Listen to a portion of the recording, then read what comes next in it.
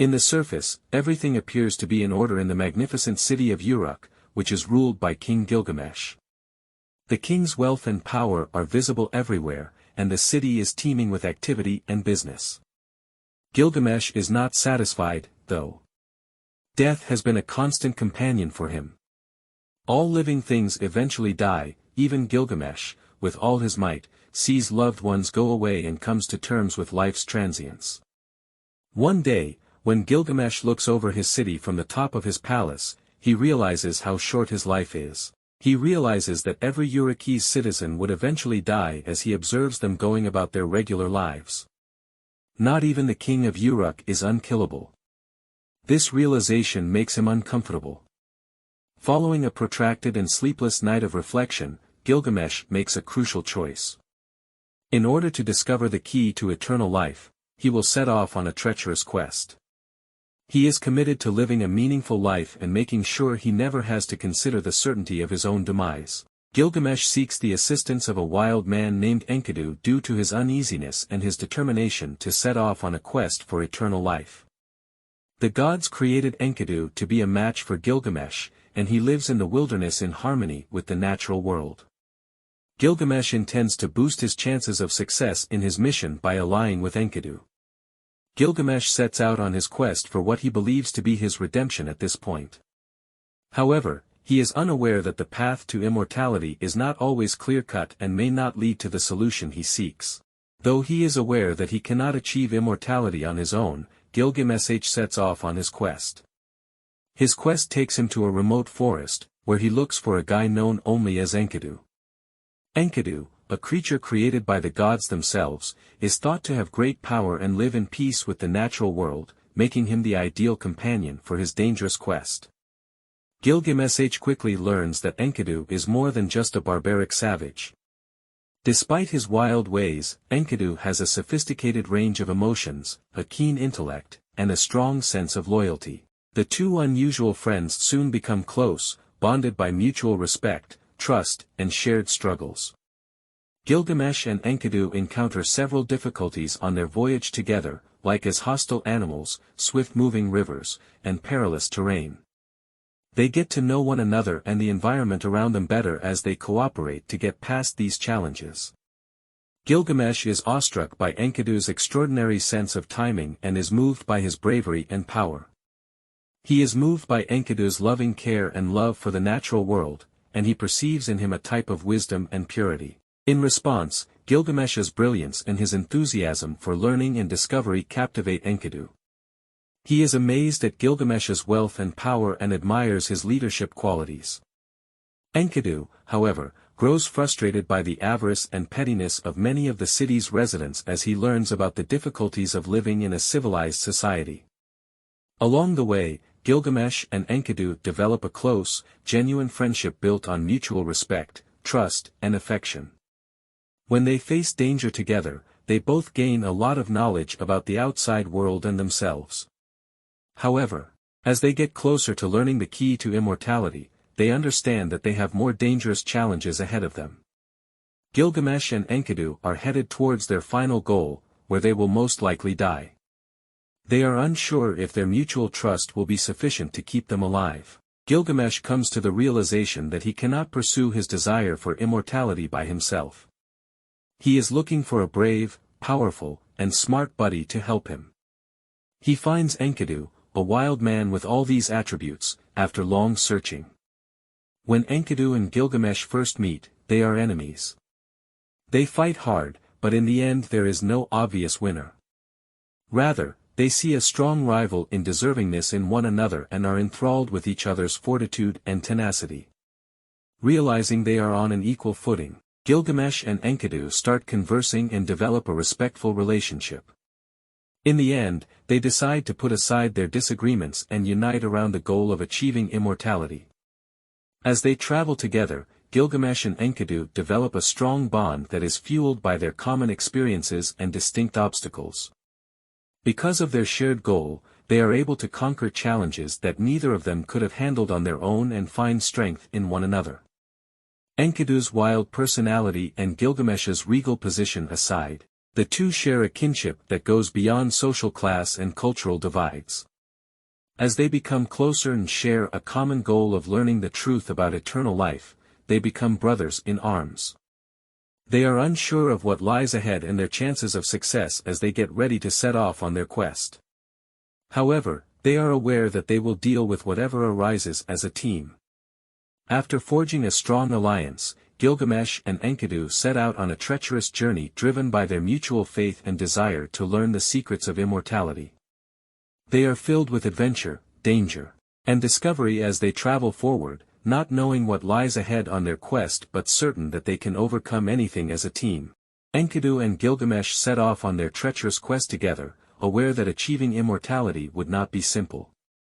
The dangerous mountains that loomed in their path were their first obstacle. The mountains were large, intimidating, and would test the strongest of hikers with their jagged edges, rough topography, and strong gusts. Nevertheless, knowing they could count on one another to confront whatever was ahead, Gilgamesh and Enkidu made the daring decision to go together. Wild animals that threatened to kill them were confronted as they climbed the heights. A group of wolves discovered them amid the snowy slopes, and they had to fight against hairy animals and predatory birds. They persevered despite these challenges because they knew that their combined strength was greater than their individual strength. Their trek was not just physical, they also had to deal with their own mental deceit. They continued to struggle with anxiety, doubt, and bewilderment as they traveled. They started to doubt their own talents and their decision to go on such a dangerous expedition. Still, Gilgamesh and Enkidu were resolved to keep going. When they started to weaken, they relied on the alliance's support, finding inspiration and strength in one another. They were about to confront their biggest hurdle yet as they got closer to the mountain's peak, climbing to an incredible height that would put any mountaineer to the test. As they ascended, they had difficulty keeping their balance, but when one of them started to slip, the other was there to help and save a catastrophe. They persevered together. After reaching the summit, they gave each other a powerful embrace that conveyed everything they had been through as well as the underlying connection that had enabled them to overcome these obstacles. Because of their shared experience crossing the mountains, Gilgamesh and Enkidu were more confident in their ability to support one another through any difficulties that may arise.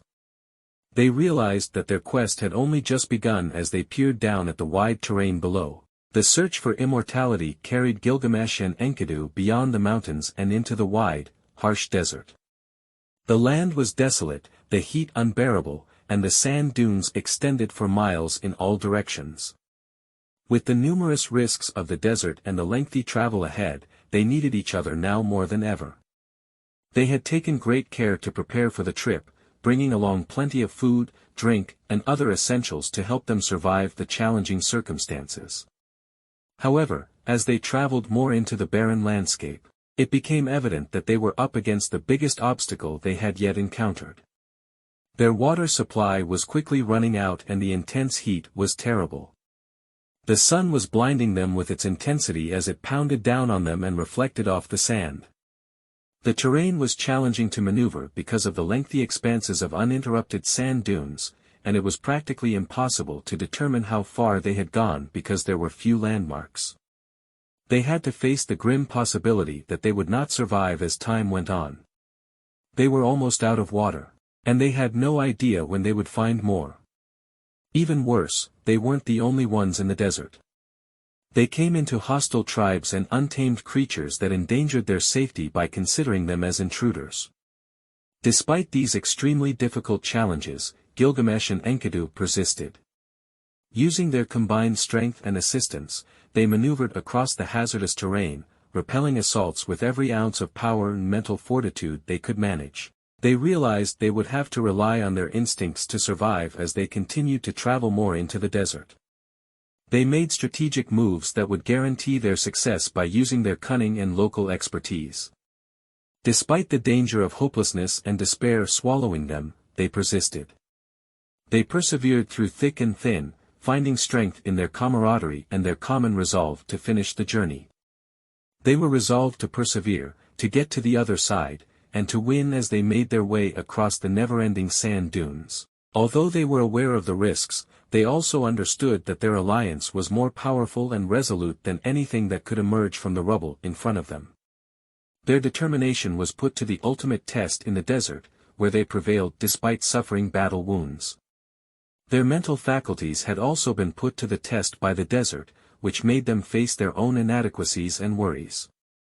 However, they understood that their relationship was stronger than ever since they had managed to get through it together. They were prepared to move forward with newfound vigor and resolve as they tackled the next obstacle in their path. Exhausted yet with renewed zeal, Gilgamesh and Enkidu emerged from the desert with their search for immortality. Another obstacle they had to overcome was an enchanted forest with perils awaiting them around every turn. The sunlight had a hard time getting through the thick maze of twisted trees and tangled vines that made up the woodland. But in spite of the foreboding mood, the two were determined to press on with their journey. They started coming across weird and peculiar animals as they traveled farther into the forest. These creatures appeared to be conspiring to try the strength and resolve of the two travelers. It did not take long for Gilgamesh and Enkidu to realize that this was no ordinary forest, it was alive and observing them. The pair faced a number of bizarre obstacles in the form of illusions, puzzles, and temptations in the forest. They initially attempted to rely solely on their physical prowess and their understanding of the natural world, but they quickly came to understand that their endurance and mental faculties were being put to the test. They encountered illusions throughout the forest, such as shimmering ponds that proved to be mirages and paths that appeared to take them somewhere before returning them to their starting point. The charms extended beyond mere delusions. The woodland put their brains to the test with puzzles that needed careful thought to complete. Because of the hurdles, they had to use critical thinking and creativity in addition to trusting their gut feelings to get them through the maze. They encountered temptations that threatened to stop them as they ventured farther into the jungle. The two were being taunted by the forest to abandon their pursuit of immortality in favor of the simple joys of life by creating illusions of the things that they both coveted most in life. However, they resisted the enchantments, using their friendship's power and encouragement to keep their sights fixed on the prize. To overcome the deceptions and temptations that stood in their way, they depended on their sharp intuition and steadfast resolve. They ultimately triumphed and came out of the enchanted forest stronger than before, both mentally and spiritually. After putting their determination to the test on their voyage, they came to the conclusion that their relationship had been crucial to their achievement. After emerging from the enchanted woodland, Gilgamesh and Enkidu were even more determined to finish their mission and had a clearer sense of purpose. Enkidu and Gilgamesh proceeded on their voyage after overcoming numerous obstacles. While traveling, they came upon a group of sages who were likewise after immortality. The sages were knowledgeable on a wide range of topics, including mythology, tales, and old writings. Their skin was wrinkly, their hair was white, and their eyes seemed to glow with the wisdom that came with age. An elderly sage led the group and graciously welcomed Gilgamesh and Enkidu, offering them to enjoy their voyage. The sages imparted to them their understanding of proverbs, tales of gods and goddesses, and old legends. It was revealed to Gilgamesh and Enkidu via their discussions with the sages that a heavenly plant existed that provided everlasting life. The pair was given the sages' secret location, where they knew the plant grew. However, getting this plant was not simple. A serpent that was supposed to be lethal to all, yet the gods protected it. Gilgamesh and Enkidu were warned by the sages that the expedition to retrieve the plant would be hazardous and difficult. To get through the challenges that lied ahead, they would have to muster all of their mental and physical stamina. The sages clarified that while immortality might be obtained through the divine plant, it was not the only option. They discussed the value of leading a moral life, leaving a lasting legacy, and how one's actions could guarantee perpetuity for future generations. The sages' advice was carefully considered by Gilgamesh and Enkidu, who listened to it carefully. They understood that their acts would be remembered long after they were gone and that their relationship would be a legacy that would endure. Along the way, the sages imparted valuable life lessons to them that would benefit them no matter what, even if they were never able to attain the heavenly plant. They gave them life lessons and exhorted them to lead morally upright, compassionate lives. Having gained insight and strength, as well as a fresh sense of purpose, Gilgamesh and Enkidu departed from the sages. They had a renewed will to overcome the obstacles ahead and, if it were possible, attain the miraculous plant. But they understood that their search had already served its purpose, even if they were unable to accomplish it. They had discovered the value of friendship, the significance of living in the present and taking advantage of all of life's opportunities. The sages emphasized to them the value of introspection, learning from experience and wisdom, and lending a helping hand to others. They understood that immortality resulted from living a life properly and leaving a rich legacy for future generations, in addition to having an eternal bodily life. Armed with the knowledge of the divine herb, Gilgamesh and Enkidu resumed their trek. But there were still obstacles in their way. They encountered terrifying creatures that were out to stop them as they traveled through horrifying landscapes and merciless regions. They battled bravely, defeating the animals thanks to their tenacity and strength. However, their conflicts went beyond just physical altercations. It appeared as though the gods were opposed to their mission.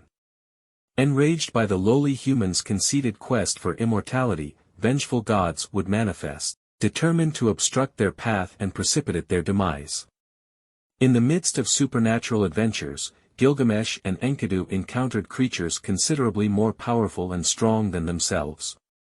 Even in the face of the gods' fury, their spirit remained unbroken and they never faltered in their resolve to carry on with their journey. They were aware that the gods could annihilate them with just a thought and that they were only mortals. However, they also understood that their mission was to benefit all of humanity, not just themselves. Their yearning to transcend humanity's limitations and live beyond the mortal existence that was bestowed upon them led them to seek out the heavenly plant in order to attain immortality. They overcame many hardships on their trip because of their intense determination to achieve. Gilgamesh and Enkidu persevered despite the gods testing their faith, sending thunder and lightning, and shaking the earth beneath their feet. Their experiences with the supernatural taught them the true meaning of power. They came to see that without intelligence, moral integrity, and a clear sense of purpose, strength and power meant nothing. Finally, they came out of the experience more enlightened than before, and while they carried on with their quest for immortality, their friendship grew even closer. Even though they were aware that there would be more difficulties ahead, they were prepared to handle them because of their strong friendship and the lessons they had already learned. As they traveled on, Gilgamesh and Enkidu grew stronger and more tenacious in the face of adversity. But ultimately, with their own mortality hanging over them like a heavy cloud, they found themselves at a crossroads between life and death. They realized that mortality was a force that could not be disregarded, even if they persisted in their search for the heavenly plant and immortality. They knew they would eventually have to face it since they had witnessed others succumb to it before them. They both stopped to consider the significance of their voyage and the idea of immortality after coming to this realization. Was it really the solution to their desires and fears? What was life really worth, more than just living to a certain age? They started to wonder if immortality was really the solution to every issue they were facing. They came to see that chasing after everlasting life was not only dangerous but also led them to lose focus on what really important in life. They started to see the worth of their friendship, their journey, and their lives from a different angle as they struggled with the realization of their own death. They started to realize that, although immortality would be a desired result, leading a happy, meaningful life was not required. Through self-examination and reflection, they came to the realization that their shared experiences, their time spent together, and the memories they had made were what really mattered in life. They learned the significance of being in the now, appreciating every second that passes, and devoting oneself to the pursuit of wisdom, justice, and morality. They also learned to value life's fleeting character and realized that it was just this transience that gave their lives significance. Each of their lives was significant, special, and priceless because of their distinct mortality. Ultimately, even though they pursued the divine plant and immortality with a newfound feeling of urgency, they also did it with a greater appreciation for their own mortality and the meaning of life. They had faced their own death head-on and emerged with a fresh insight and understanding. They realized that even while they could never truly become eternal, they might nevertheless lead memorable lives that were full of compassion, love, and experience. So, encouraged by their acquired knowledge and fortified by their friendship, they carried on with their voyage. Together, Gilgamesh and Enkidu had achieved the unthinkable. They had fought wrath gods, encountered terrifying creatures, crossed dangerous terrain, and faced their own mortality. They had traveled to the furthest reaches of the planet and discovered the sacred plant that would grant them immortality. They returned to Uruk, their birthplace, full of joy and eagerness to impart their newly acquired knowledge to the local populace. However, they would quickly discover that their voyage had permanently altered them and that those they had left behind would find it difficult to accept their new selves. They were greeted with skepticism and surprise as soon as they arrived at the city's gates. A few people were ecstatic to see them again, amazed at the knowledge and wonders they had learned. Others, however, were terrified and dubious of their metamorphosis and the power it had given them. The alterations were minor but significant for Gilgamesh. He now saw life from a different angle and recognized the beauty of the fleeting. He had discovered genuine companionship and had learned to appreciate life's small pleasures. However, the people of Uruk held him in low regard as they struggled to make sense of the transformation in their once haughty monarch. In the same way, Enkidu had changed radically. From a wild upbringing, he had become a wild man, yet via his connection with Gilgamesh, he had acquired culture and elegance. But he felt uncomfortable among Uruk's common people now that he was intelligent. The two buddies battled fear, animosity, and prejudice in their quest for acceptance in the city they had previously governed. However, they refused to back down from their beliefs and stood by the same people they had previously served. They eventually started to earn back the public's affection. Gilgamesh rose to become a righteous and intelligent king who was renowned for his humility and compassion. Enkidu rose to become the city's defender, defending the populace with his might and discernment. They had undergone a significant shift, and the lessons they had encountered along the way had permanently altered them, but they had persevered and shown resiliency to come out stronger than before. As a result, they kept their position of power over Uruk, encouraging their people to follow in their footsteps and appreciate life's fleeting beauty. Through their experiences, they discovered the true meaning of immortality, memories that endure long after one's life ends. They had altered both their own and the lives of people around them.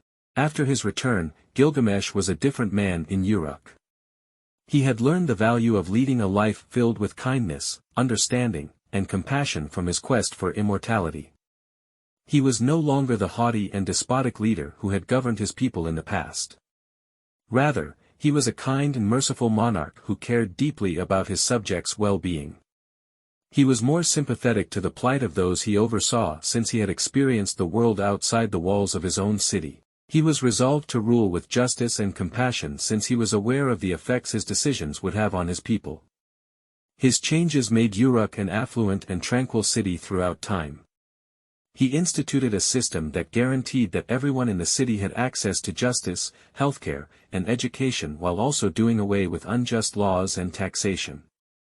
In addition, he commissioned creative and architectural projects, created stunning parks and gardens, and turned Uruk into a gem among global cities. His biggest achievement, though, was dismantling the racial, class, and gender boundaries that had split Uruk's populace. He understood that everyone deserved to be treated with dignity and respect, regardless of their background. He put in a great deal of effort to guarantee that every one of his people, irrespective of their origin or social standing, received equal opportunity. Because they were accustomed to their privileged situation, the affluent and nobles did not always appreciate his efforts. They resisted him at all costs because they believed that his reforms threatened their authority. However, Gilgamesh remained unwavering in his moral conviction that everyone should have an equal opportunity at happiness. And eventually, he gained his subjects' hearts. They perceived in him a sovereign who sincerely wished for their welfare, a guy who had traversed the globe in pursuit of enlightenment and come home to apply that wisdom to the betterment of his people. Gilgamesh's kingdom gradually rose to prominence as a model of what a kind and compassionate leader could accomplish. During his reign, an era of peace and prosperity when hard effort and compassion paid well was ushered in. Even though he was aware that his reign as king would inevitably come to an end, he also understood that the lessons he had picked up along the way would help those who followed him into a more promising and just future. After traveling to the ends of the earth with Gilgamesh, Enkidu returned to Uruk transformed beyond recognition. He had become more learned, sophisticated, and refined, but he had also become disconnected from his instincts. Even though he had been a free-roaming wild man in the fields and forests, he was now having trouble adjusting to the strict structures of society. He yearned to be back in the woods, where he could experience the wind in his hair and the sun on his skin. He missed the carefreeness and unadulterated simplicity of the simple existence he had once known. The people of Uruk were so narrow-minded and small-minded that he felt out of place among them. He initially made an effort to fit into his new existence, but the more he tried, the more confined he felt. He was aware that his true calling lay in the natural environment and that he could not continue to live in the city. And so he departed from Uruk and returned to the woods. The mountains, rivers, and forests offered him comfort. He rediscovers his relationship with the natural world, the soil, and the life-death cycles. He started making tools and weapons out of the local natural resources after learning new things. He imparted his knowledge to the Urukians, teaching them how to make tools and implements that would survive for many generations as well as how to live in peace with the environment. As a result of his extensive knowledge and comprehension of the natural world, he gained reputation as a wise man. Many came from far and wide to pick his brains, hear his stories, and receive his insights. Using his understanding of the natural world and the land to improve the lives of those around him, Enkidu had discovered his true mission in life. He had developed into a conduit between the natural world and civilization, imparting to the Urukians the wisdom and knowledge of the planet. Even though he lamented the life he had previously led, he was happy with the fact that he was following his instincts and living in balance with the environment. Gilgamesh and Enkidu grew older together as the years went by, sharing stories of their travels and the teachings they had discovered. Although they were aware of the shortness of their time here on earth, they took comfort in the fact that they had improved the lives of others around them. After Enkidu died, Gilgamesh was overcome with sorrow. While he was certain that Enkidu's legacy would endure, he yet felt as though a piece of him had perished along with his companion. Everywhere he looked in his kingdom, in the lovely gardens, in the hospitals and schools, and in the people who had been impacted by Enkidu's insight and understanding, he saw proof of it. Gilgamesh started to consider his own legacy as he got older and closer to the end of his life. He came to see that real immortality was found in his influence on other people, not in living forever. In the lives he had enriched, the laws he had altered, and the strides he had achieved in the fields of art, science, and culture, he recognized his own legacy. As a result, he had no fear of dying as his life came to a conclusion. He was aware that his influence would endure and that the people of Uruk would recall him for his insight, kindness, and commitment to their well-being. Ultimately, Gilgamesh departed from this life, but not before leaving behind a legacy that would last for ages to come, a legacy that showed the strength of kindness, discernment, and a commitment to improving the world. Even though his passing left a lasting grief, those who had been impacted by his life found comfort in the memories they had shared and the understanding that his spirit would continue to live on in the people, organizations, and world he had shaped. Gilgamesh and Enkidu left behind a lasting legacy that encouraged succeeding generations to carry on their efforts and create a world that was fair, kind, and lovely. They had attained true immortality in that heritage, a legacy that would never fade.